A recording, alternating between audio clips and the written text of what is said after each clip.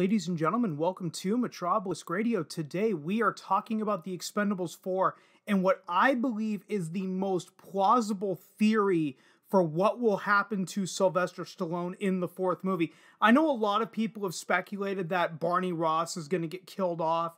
I don't think that's the case, and I will get more into that by the end here. However, I do believe that this is the more plausible theory.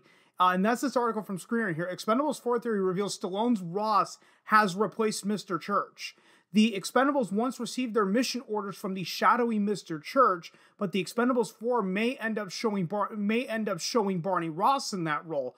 Well, the first two movies, they received their orders from Mr. Church, and then they received their orders from Drummer after Bruce Willis wanted to be paid, I think it was like $4 million for only 3 days of filming.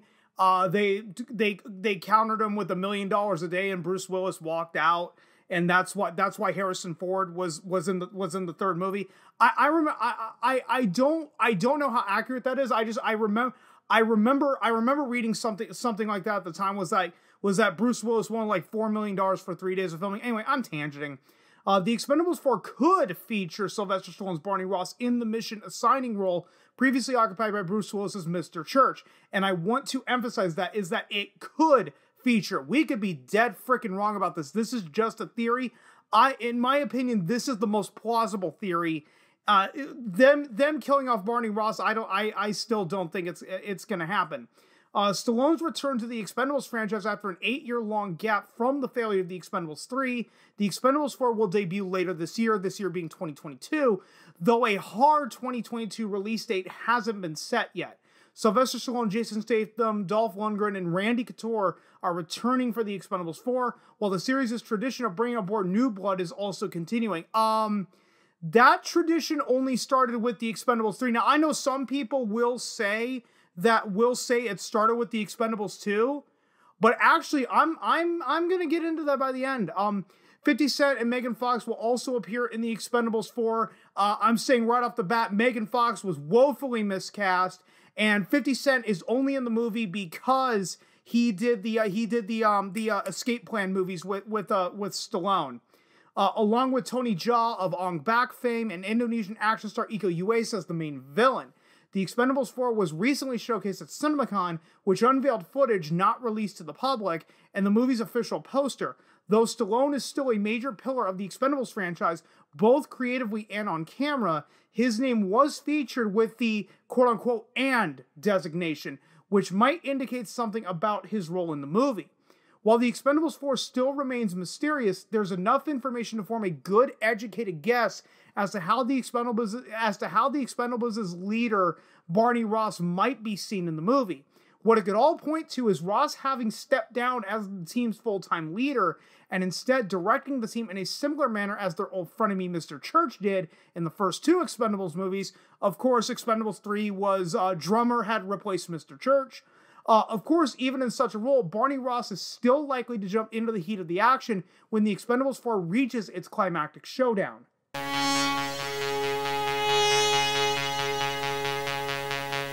Early speculation about the Expendables 4, which bore the initial title of The Expendables: A Christmas Story, posted that the movie, it's either posted or posited. I think they meant to say posited. I apologize, guys. It looked like a typo.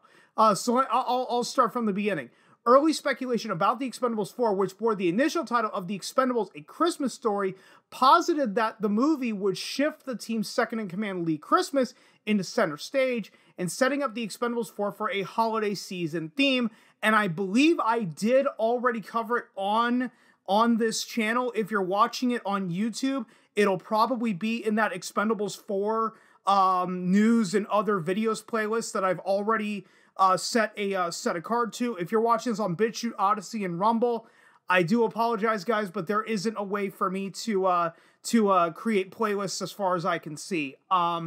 This turned out to be the case when Stallone confirmed the film as a torch-passing story from Barney Ross to Lee Christmas as the leader of the Expendables. Stallone also revealed that the Expendables 4 would be a final appearance in the franchise, which consequently raised questions about what his role in the film will be.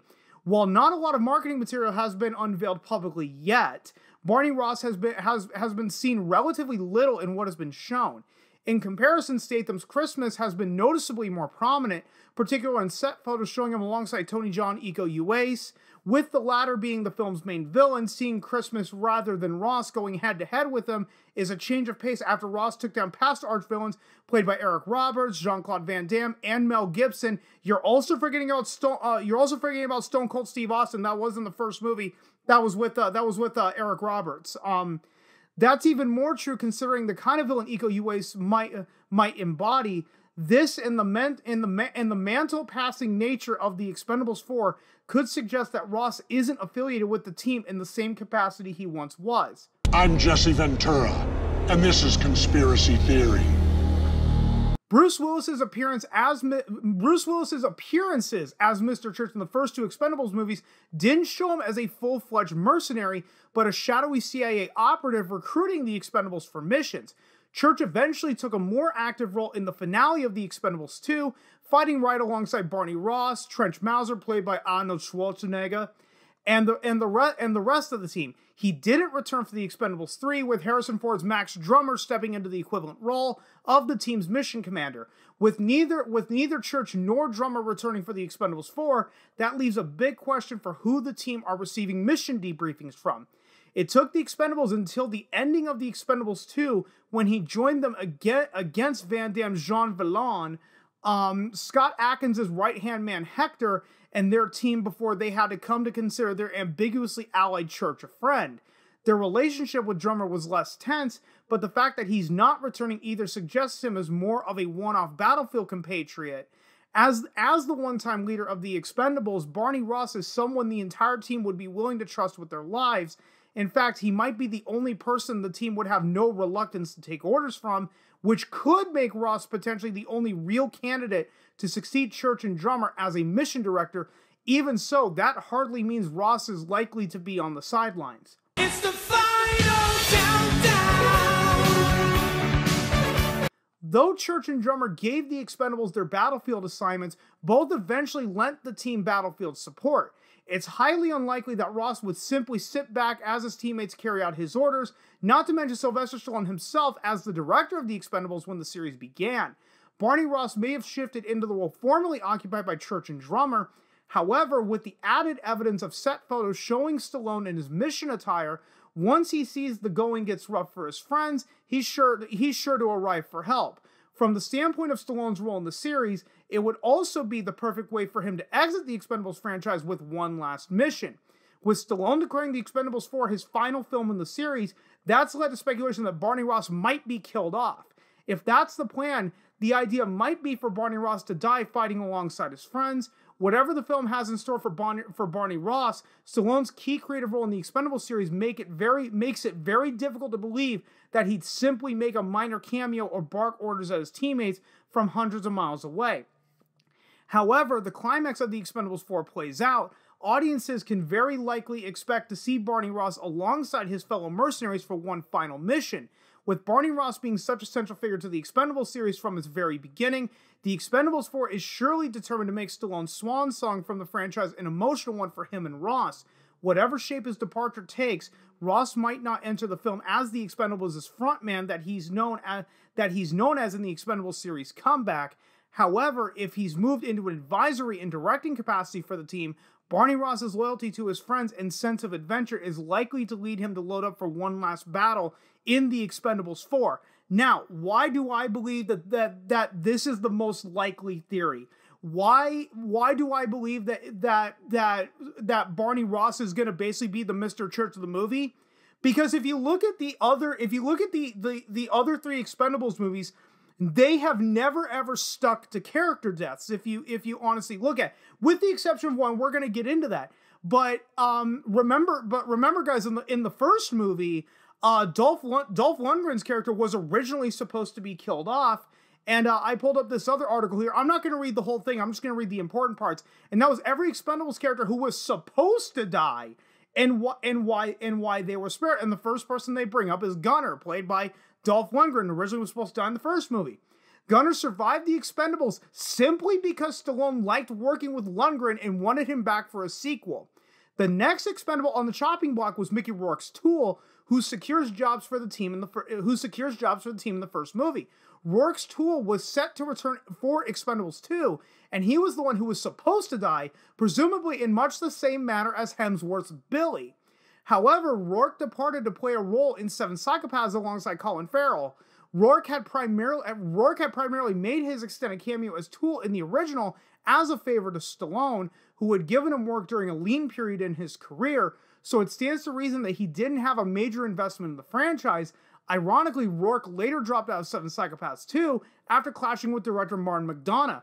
But yes, and this is what I'm saying. The one character death that they stuck to was not Chris Hemsworth. That was Liam Hemsworth.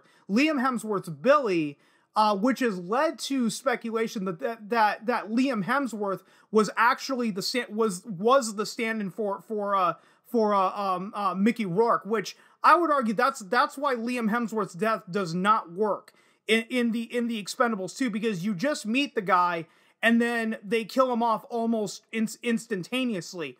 If you replace Liam Hemsworth with Mickey Rourke, I think it would have landed a lot better. But anyway, the final Expendable who was slated to die was Terry Crews's Hail Caesar. In the Expendables 3, Caesar is shot and let in critical condition by Conrad Stonebanks, played by Mel Gibson, the sequel's main antagonist and former member of the group. In the original script, the character was supposed to die, with Crews's schedule on Brooklyn Nine-Nine preventing him from having a larger role. However, according to Stallone, Crews, quote-unquote, pleaded with him to keep the character alive, so Caesar is shown alive and well in the Expendables 3's final scene. The upcoming Expendables 4, we already know, but still, okay, so that's how many character deaths? That's what, 4? You had Dolph Lundgren, Mickey Rourke, fuck, I know I just read, oh no, sorry, there's only 3. It's Dolph Lundgren, Mickey Rourke, and Terry Crews. But none of the character deaths stuck. In fact, one of them they didn't even film. Like I said, I bet you Liam Hemsworth was just the stand-in for Mickey Rourke. But still, that's 3 character deaths that they never stuck to. 2 of them that we actually saw on screen with Dolph Lundgren and Terry Crews. But still, you know, they never stuck to the character deaths. So why would the Expendables series now kill off a major character when it's never done that before? Sure. They've teased character deaths, but remember, they always resurrect them by the end. You know, Dolph Lundgren apparently survives a gigantic knife.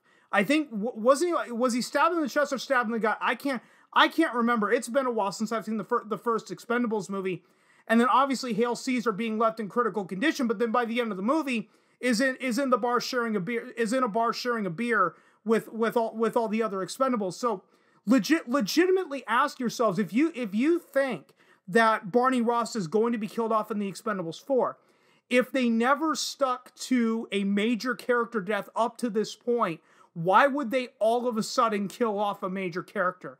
It makes no sense unless if they want to do it for shock value. But again, shock value goes both ways. It could work in theory, but it can also backfire very heavily. So I don't think that they're going to do it simply on shock value alone.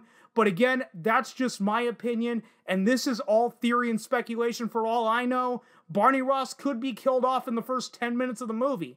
You know, we won't know until the movie releases. So all I'm saying is take this video with a huge grain of salt. And I'm going to go ahead and end it right there, guys. If you stuck around this long, thanks so much for doing so. And if you've been following me long enough, you know I'm terrible at ending these videos. So I'll just see you guys next time.